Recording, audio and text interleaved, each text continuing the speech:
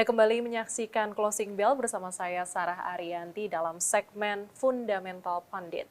PT Multimedika International Tbk atau MMIX akan membagikan saham bonus bagi para pemegang saham sebanyak 1:1. Artinya investor mendapatkan 100 lot saham MMIX baru ketika memiliki sebanyak 100 saham tersebut.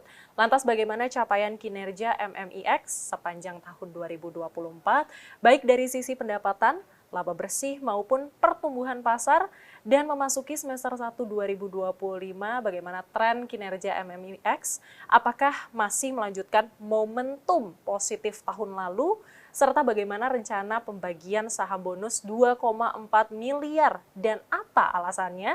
Langsung saja kita akan membahasnya mendalam bersama dengan founder and CEO Multimedika International atau yang berkode saham MMIX, Bapak Mengki Mangarek. Halo Pak Mengki, apa kabar? Halo Mbak Sarah, baik. Luar Selamat biasa. sore. Sore.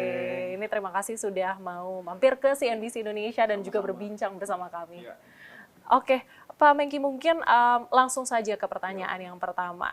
Bagaimana Pak Mengki sendiri menilai capaian kinerja MMIX sepanjang tahun 2024, baik dari sisi pendapatan, laba bersih, maupun pertumbuhan pasar dan memasuki semester 1 2025 ini, bagaimana tren kinerja dari MMIX sendiri? Apakah mungkin masih melanjutkan nih momentum-momentum positif di tahun lalu?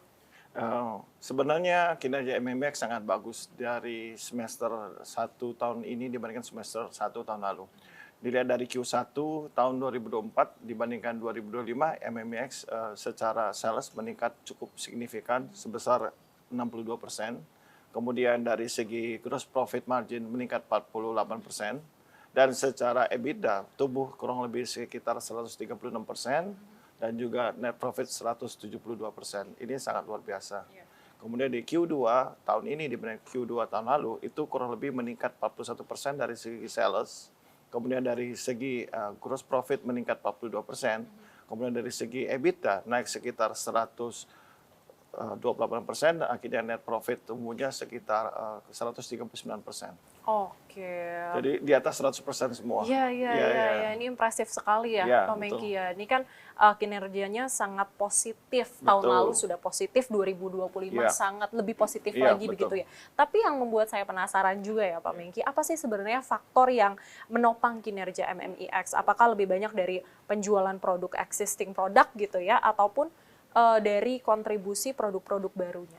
Jadi sebenarnya strategi kita di tahun 2022 sudah melihat bahwa kita harus mensiasati tidak hanya bergantung pada produk alat kesehatan, dalam hal ini masker. Dan strategi itu kita terapkan di tahun 2023 dan kelihatannya berhasil di tahun 2024 dan 2025. Kita di Topang pertama kali, of course kita harus menjaga produk existing itu 80%. Pareto kita ada di produk Alkes. Dan hal ini kita lihat cukup menjaga kestabilan pertumbuhan karena kita menjadi salah satu house brand private label dari 2 minimarket terbesar di Indonesia, dalam hal ini masker. Karena mereka juga tumbuh sangat positif, setahun kurang lebih CAGR mereka atau annual growth mereka rata-rata 6-7%. Makanya setiap kali toko mereka bertumbuh, sales kami juga pasti bertumbuh. Nah itu yang membuat kami cukup baik. Kedua, ternyata tren masker itu mungkin orang berpikir setelah COVID turun atau hilang. Memang kalau dibandingkan pada saat puncak COVID itu sangat tinggi sekali pertumbuhan. Tetapi pra-pandemi dan pasca pandemi terjadi peningkatan 30% sales. Artinya sebelum COVID terjadi orang misalnya menggunakan masker sekitar 3-6 juta per tahun. Setelah after COVID itu meningkat jadi 15 juta sampai 20 juta per tahun. Jadi kurang lebih meningkat sampai 30%. Jadi antara pra dan pasca. Di tengah-tengah ya kita nggak usah sebutkan karena itu memang terjadi dampak luar biasa sekali di kesehatan. Tapi setelah perubahan COVID terjadi perubahan lifestyle di masyarakat. Orang-orang sekarang tetap berpergian menggunakan masker, terutama di transportasi umum, moda transportasi umum seperti ojek, kereta api, ataupun naik pesawat, ataupun juga naik kendaraan umum. Kedua, sekarang industri lebih peka terhadap penggunaan alat kesehatan. Salah satunya adalah industri mungkin rumah sakit, kemudian juga ada yang menggunakan di perhotelan, ada yang menggunakan di industri food, sampai ada yang menggunakan di industri teknologi seperti otomotif maupun robotik, semua harus menggunakan masker agar mereka juga tetap terjaga ya. Dan terakhir, 20% ini pertumbuhan didukung oleh inovasi produk baru. Karena kami yakin bahwa masa depan ini tentu banyak sekali inovasi-inovasi yang harus dilahirkan.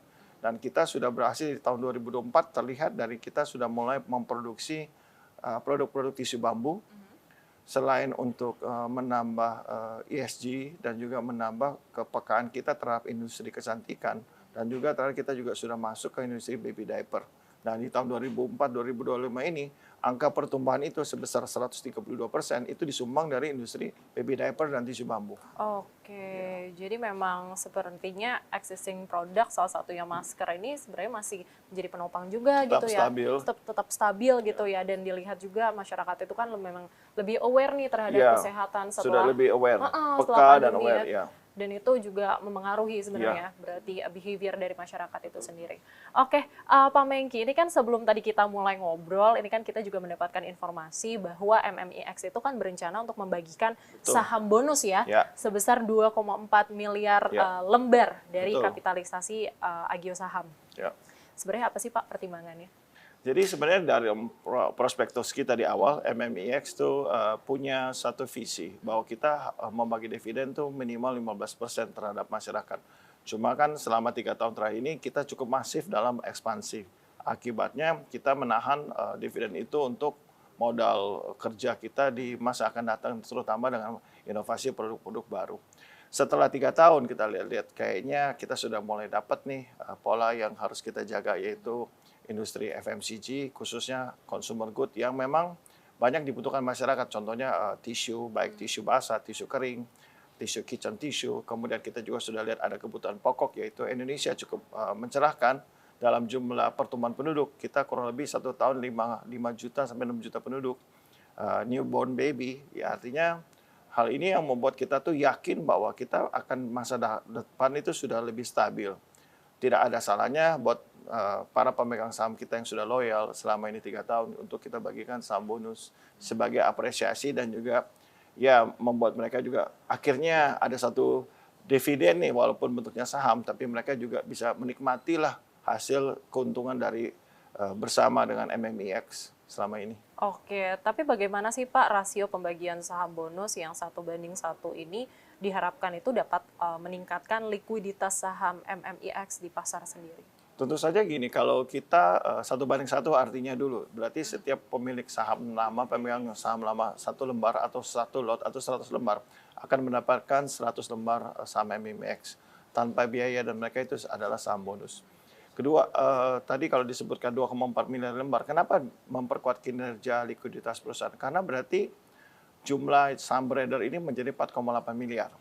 Secara fundamental tidak ada perubahan. Secara rasio itu 1:1 artinya sama dengan kita membuat saham baru 2,4 miliar yang ada di masyarakat. Terus terang, kita sudah melihat dari tahun lalu, jumlah pemegang saham retail itu tumbuhnya luar biasa. Tahun lalu di Desember, 31 Desember itu cuma 6,3 juta pemain retail. Dilihat dari jumlah SID yang ada di masyarakat. Per Juni kemarin ada sudah 7 juta. Berarti dalam YTD-nya kurang lebih sudah 10%. Kalau dibandingkan tahun lalu sudah naik 15%. Berarti banyak pemain retail baru yang masuk ke dunia saham. Mungkin pada saat tahun 2022 mereka tidak tahu atau tidak memiliki kesempatan memiliki saham MMIX. Dan ternyata ketika tahun ini kita bagi saham dividen, berarti mereka mendapatkan peluang. Di samping kita menambah jumlah lembar saham, base pemegang saham retail kita akan bertumbuh. Karena kita waktu IPO pertama, tahun 2022 itu kita sempat oversubscribe 30 kali. Jadi kita perlu dana 114 miliar yang dari pooling itu terkumpul 3 triliun. Jadi itu kan berarti banyak yang tidak kebagian atau kebagian sedikit. Justru dengan kesempatan ini kita tuh membuka lebar kesempatan basis dari pemegang saham. Kalau basis yang bertambah tentu lebih liquid, dan orang yang tadinya tidak bisa memiliki sekarang bisa mendapatkan memiliki saham MMIX. Kira-kira. Oke, betul-betul Pak. Tapi apa sebenarnya dampak jangka panjang dari pembagian saham bonus ini terhadap struktur modal dan juga daya tarik saham MMIX bagi investor juga Pak? Jadi bahwa ini mencerminkan bahwa kita yakin dan kita mencerminkan bahwa kita tuh percaya diri bahwa kita bisa bertumbuh ya. Dan kedua, ini juga menimbulkan sentimen positif dalam arti jumlah pemegang saham itu akan bertambah banyak. Struktur modal yang lebih kuat karena jumlah lembarnya banyak, basisnya lebih banyak, sehingga otomatis kemungkinan orang memiliki saham MMX itu terbuka lebih lebar. Dan akibatnya jangka panjang, setiap kenaikan Rp100 aja, jangan dengan jumlah 4,8 miliar, berarti market cap kita tumbuhnya cepat sekali. Jadi 48 miliar setiap kali kenaikan 100 poin. Dan ini membuat perusahaan lebih sehat ya. Dari segi pertumbuhan dan segi confident masyarakat itu lebih pede dengan saham ini, berarti bisa menjanjikan lebih banyak lagi. Oke, Pak, tadi ini juga ada yang menarik sih, Pak. Kami lihat begitu bahwa MMIX itu juga suka berkolaborasi dengan K-pop dalam produk-produknya, betul ya Pak ya? Betul. Nah, ini sebenarnya berpengaruh itu nggak sih Pak dalam sisi penjualan maupun di bursa sendiri? Ya, sebenarnya banyak penggemar loyal K-pop ya, istilahnya ARMY ya atau apapun di Indonesia, dan mereka itu jumlahnya sebanyak penduduk Singapura, 6 juta di Indonesia. Data 2023 menunjukkan penggemar K-pop itu lumayan besar dan loyal. Dan mereka juga sebenarnya loyal dengan produk-produk idol mereka. Ya, contohnya di fast consumer good itu bisa di tisu, baju, merchandise, di kopi dan sebagainya. Dan MMAX pernah launching BTS Coffee 2 tahun lalu 2023, dan masyarakat antusias, kita launching di bioskop XX1 dan banyak sekali yang beli untuk koleksi Mbak, tidak untuk diminum. Dan kita juga sebagai salah satu pop-up terbesar di Indonesia mendapatkan rekor muri di tahun 2023 juga dengan jumlah yang pengunjung 50.000 hanya dalam 1,5 bulan, dan juga pop-up store terbesar di Asia Tenggara dengan 5.000 meter.